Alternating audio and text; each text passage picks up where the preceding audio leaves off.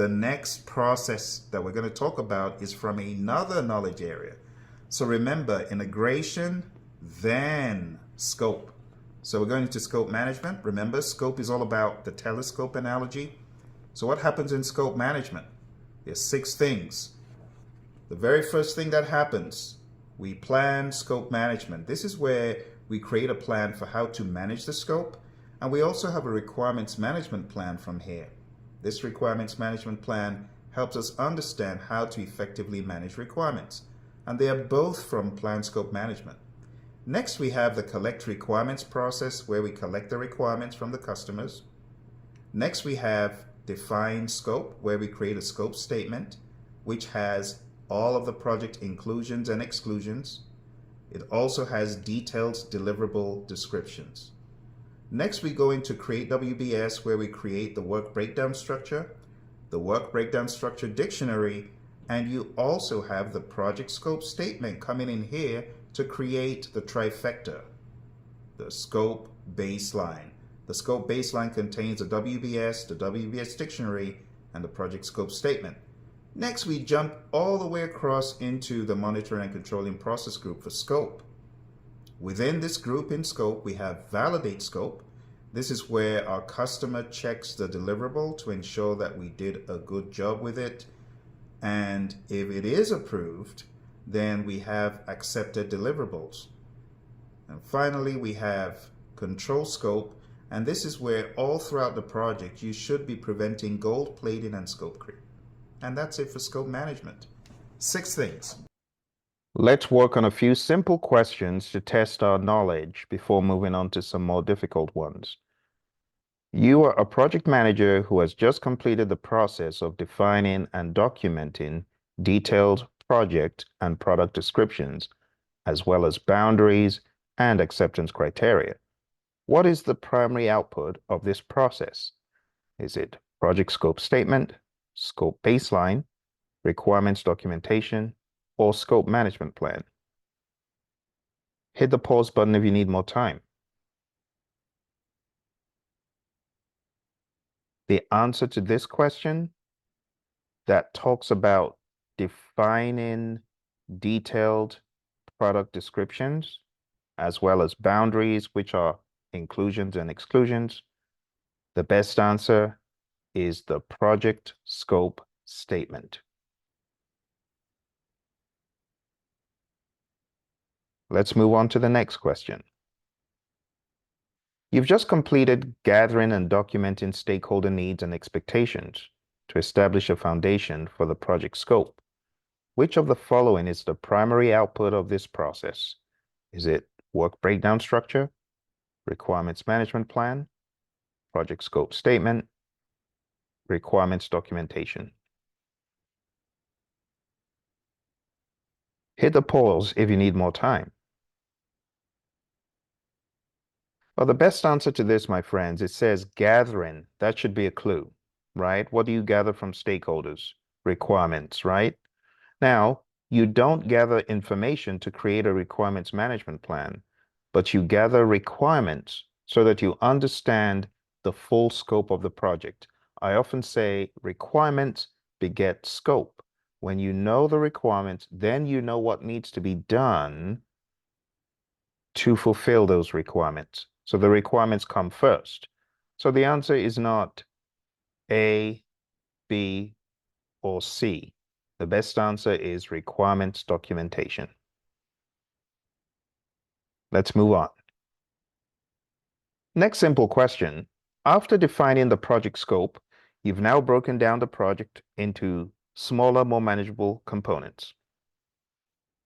What is the primary output of this process?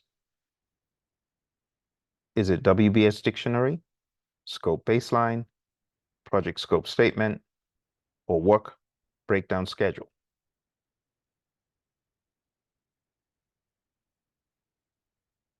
So on the exam, I would expect that you use the process of elimination. If you need more time, hit the pause button, but let's jump into the answer. So the primary output of the process in discussion, which happens to be create WBS, is not a work breakdown schedule. There's no such thing in PMI's literature. It's work breakdown structure. It's also not the project scope statement because that comes from defined scope. And while the WBS dictionary is part of what comes from here, it is not as inclusive as the best answer, which is scope baseline. Okay, let's move on to a few questions from the more difficult end of the spectrum. In these questions, I will be testing you on some of the things we've talked about before and some of the things that we have spoken about today. So let's jump in. Here's your first question from the more difficult pool. You are overseeing the construction of a new hospital wing with the project well underway. You need to ensure that it remains on track and within the established baselines. Which action should you take to monitor and control the project effectively? Is it A, develop a detailed report that compares the actual performance against the planned performance, highlighting any variances and corrective actions? Is it prepare a quality control plan that outlines the steps for inspecting deliverables and ensuring that they meet the project's requirements? Is it C, create a document that outlines how risk management activities will be monitored and controlled throughout the project lifecycle? Is it D, establish an operations performance report that tracks the completion of project tasks and identifies any delays or potential risks? Take a minute.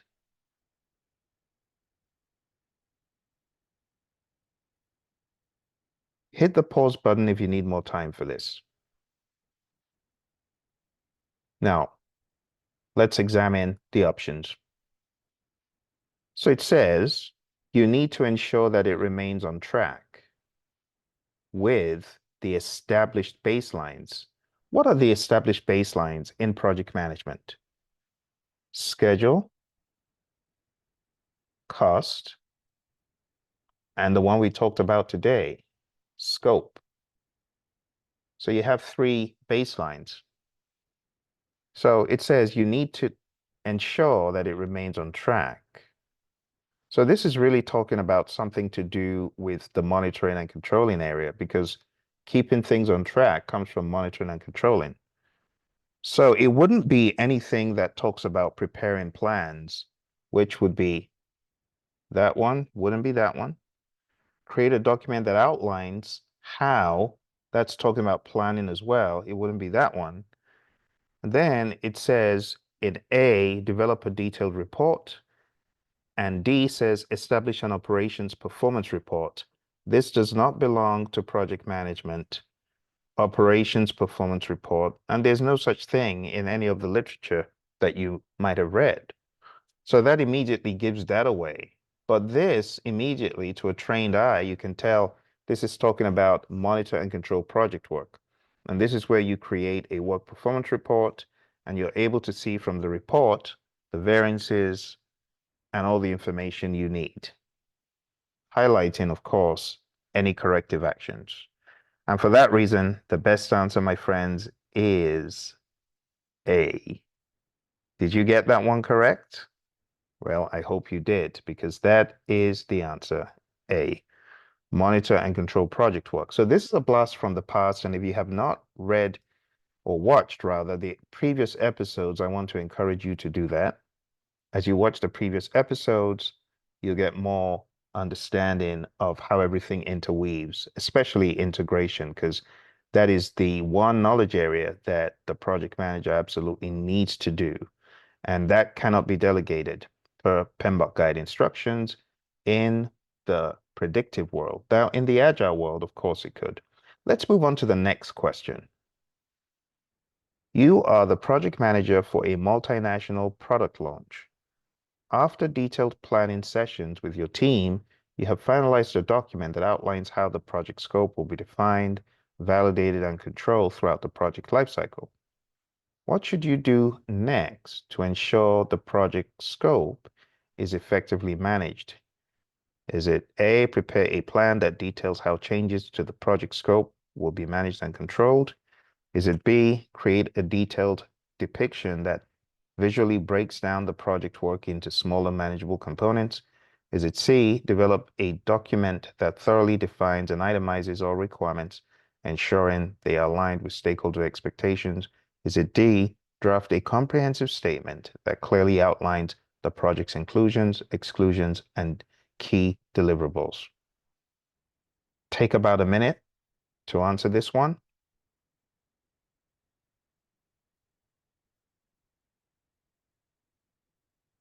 Do hit the pause button if you need more time.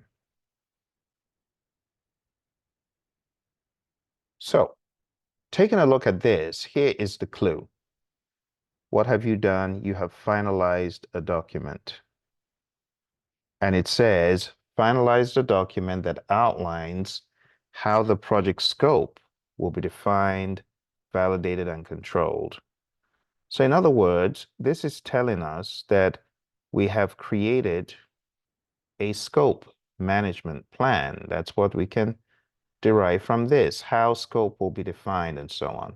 So once you've created the scope management plan, the next thing you should do is, based on what we just studied, you should know this. So here's how you should proceed with this. Process of elimination. A has already been done. Prepare a plan that details how changes to scope will be managed. Yeah, we've just done that. That's the scope management plan. So it's not that. Let's go to D. Draft a comprehensive statement that clearly outlines the project's inclusions, exclusions, and key deliverables. That is the project scope statement, and that will be done in defined scope. But that is not what happens after planning for scope. Let's take a look at C. Develop a document that thoroughly defines and itemizes all requirements, ensuring they are aligned with stakeholder expectations. That's not a bad thing to do because that will be the second process. So that would actually make sense. Let's take a look at B. Create a detailed depiction that visually breaks down the project work into smaller, manageable pieces. It's not this because that's create WBS. So, my friends, when all is said and done, the best answer for you to choose is going to be C. And it's going to be C because that is what we do next. We need to ensure that the requirements are properly documented. Okay? So, as it says, develop a document that thoroughly defines and itemizes all requirements. As the answer key says, after finalizing scope management plan, next logical step is to develop the requirements management plan, which ensures all project requirements are captured, documented, but this is absent here, right? The next thing to do is the actual collection of the requirements. So there are many steps that lead to the requirements. It's not just the scope management plan.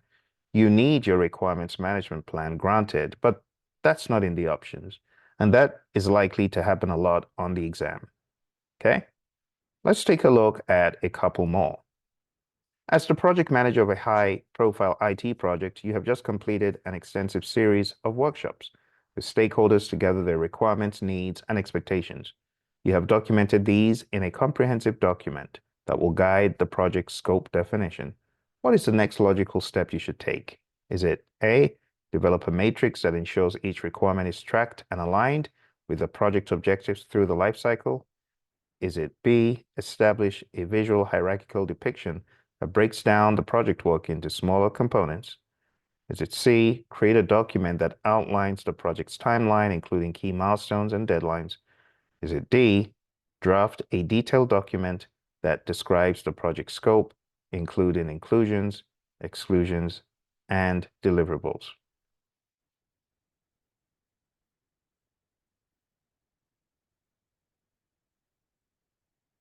Spend about a minute, but let's use process of elimination.